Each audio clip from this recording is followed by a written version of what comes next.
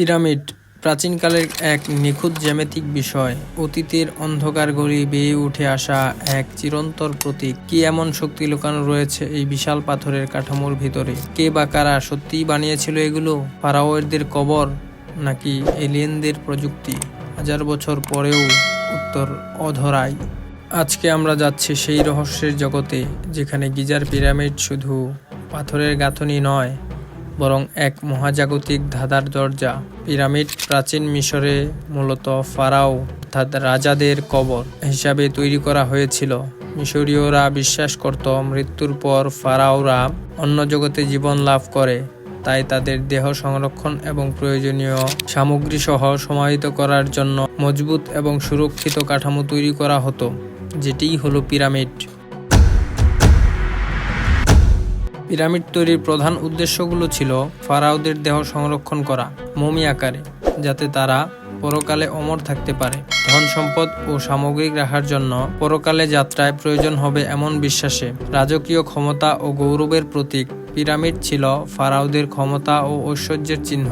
ধর্মীয় ও আধ্যাত্মিক উদ্দেশ্য, পিরামিডের আকৃতি সূর্যের রশ্মির মতো, যা তাদের সূর্য দেবতা কাছাকাছি নিয়ে যায় বলে বিশ্বাস করা হতো। পিরামিড কিভাবে তৈরি করা হতো? পিরামিড তৈরির সুনির্দিষ্ট পদ্ধতি এখনো পুরোপুরি জানা যায়নি, তবে গবেষকদের ধারণা অনুযায়ী শ্রমিকেরা বিশাল পাথরের খণ্ড, লিমেস্টোন ও গ্রানাইট খনির থেকে কাটত এবং সেগুলো টেনে আনা হতো। নদী পথে পরিবহন, নীলনদ ব্যবহার করে পাথরগুলো গিজা পর্যন্ত আনা হতো। র্যাম্প বা ঢাল, একটি বড় ঢাল বা র্যাম্প তৈরি করে পাথরগুলো উপরের দিকে টেনে নেওয়া হতো। সহস্র শ্রমিকের সমন্বয়, হাজার হাজার শ্রমিক, প্রকৌশলী এবং কারিগর একসাথে কাজ করতেন। ধারণা করা হয় যে দাসেরা নয়, বরং বেতনপ্রাপ্ত শ্রমিকরাই এই কাজ করতেন। গোপন সুড়ঙ্গ ও কক্ষ, আধুনিক প্রযুক্তি দিয়ে সম্প্রতি গিজার পিরামিডে কিছু গোপন শূন্যস্থান পাওয়া গেছে। বিজ্ঞানীরা এখনও নিশ্চিত নন এগুলোর উদ্দেশ্য কি ছিল।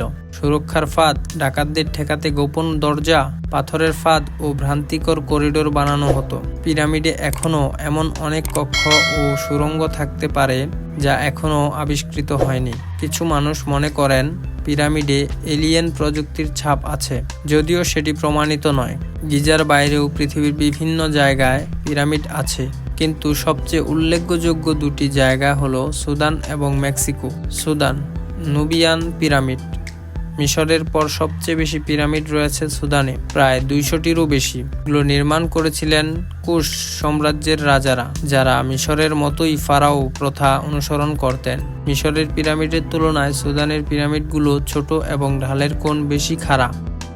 বিশ্বজুড়ে বিভিন্ন সভ্যতা স্বতন্ত্রভাবে পিরামিডের ধারণা তৈরি করেছিল, যা সত্যিই আশ্চর্যজনক। তারা সবাই পিরামিডের আকৃতিকে শক্তি, আধ্যাত্মিকতা কিংবা চিরস্থায়ী শক্তির প্রতীক মনে করত।